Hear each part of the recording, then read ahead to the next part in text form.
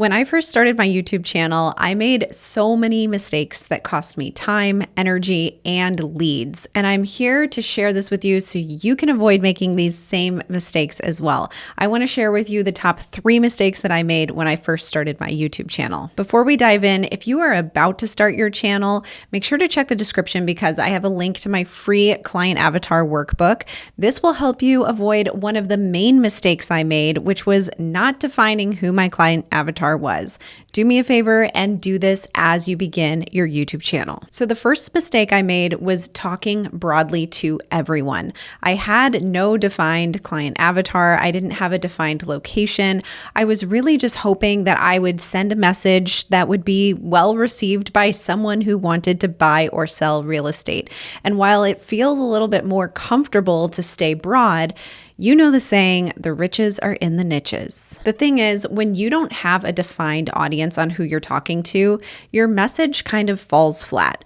Not only is YouTube not going to understand who your video is intended for, but also it's just not going to reach the right people or resonate with the audience that's watching it because it's not getting in front of the person it's intended for. So if I were to start my YouTube channel today, I would be a lot more specific on exactly who I wanted to attract and what that messaging looks like in all of my videos. For example, my ideal client is a move-up buyer. They're not a first-time home buyer. They've already purchased a home. They're looking to sell their home and move up into a larger house or maybe relocate. The content that I make for that viewer is very different than the type of content I would make if I'm trying to target investors. And you can see where if you're trying to target that move-up buyer and investors, it's not going to work very well because the messaging just won't hit home with one group or the other or neither. So this is exactly what that client avatar workbook solves. You may want to check that out in the description below. The second mistake I made is I had no strategy on how I was actually going to get leads. I was just hoping for phone calls. And you know what? That's okay. Most people who start their YouTube channel are thinking the same thing. They're not being very strategic in exactly who they're talking to, nor are they thinking about how these leads are coming in. They're just hoping someone will see their video and give them a call, a text, or send them an email. Now, this is a lesson that I learned the hard way because at the end of the day, all we're trying to do is generate leads on YouTube, right? So when you have no strategy around what that looks like, it is a huge missed opportunity and a waste of time, frankly. So my advice to you on this is do not post a video unless you are going to add a lead magnet onto that video. I go into more depth about what lead magnets are in another video, but essentially this is offering free value in exchange for contact information from your viewer. So offering some sort of free guide or access to search homes on your website wherein you capture their contact information when they opt in to getting that additional information from you. Think about this. You post a video, it doesn't do too much in the near future, but in a year, that video actually takes off and you're getting tons and tons of views. What if you forgot to have a lead magnet on that video? Certainly you can add it, but it's not going to be as powerful if you didn't call out that lead magnet in the video.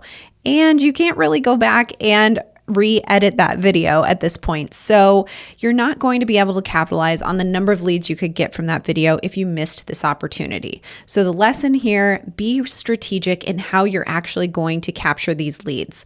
My advice, put a lead magnet on every video that you post. Now, my third mistake was not having a clear call to action.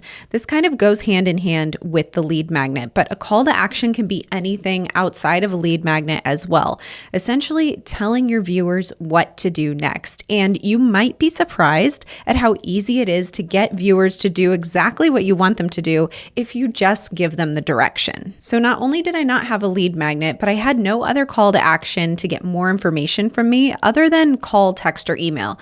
And there are plenty of people out there who will call, text, or email you, but sometimes people just want more information before they actually engage with you. So directing people to your website or to a home search site directing them to set up a discovery call with you at their leisure. All of that can be a good call to action.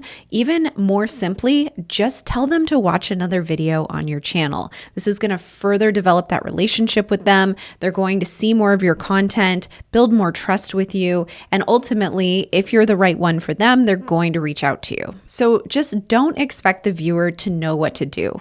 Don't expect them to look in the description or the comments and try to figure out how to get in touch with you. On every single video, you should be telling them what to do next, whether that's clicking on something or watching another video on your channel. So if I could go back in time, what I would do differently is very clearly define my client avatar, exactly who I'm talking to, niche down, and make sure that that message is crystal clear.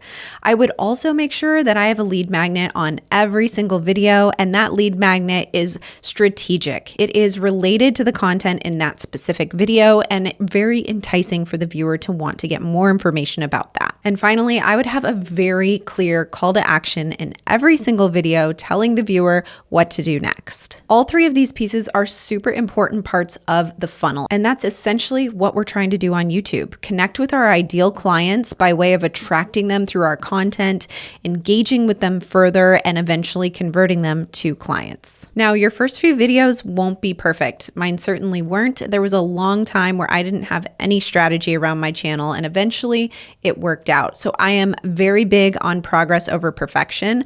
I encourage you to dive in and just start this process. And you know what? You can tweak and adjust along the way. But now you know the mistakes that I made and things I would do differently today if I wanted to see faster traction on my channel. So now that you know what not to do, we need to talk about what you have to do to actually generate leads on YouTube. So check out this video right here where I talk more about how to build that attraction funnel.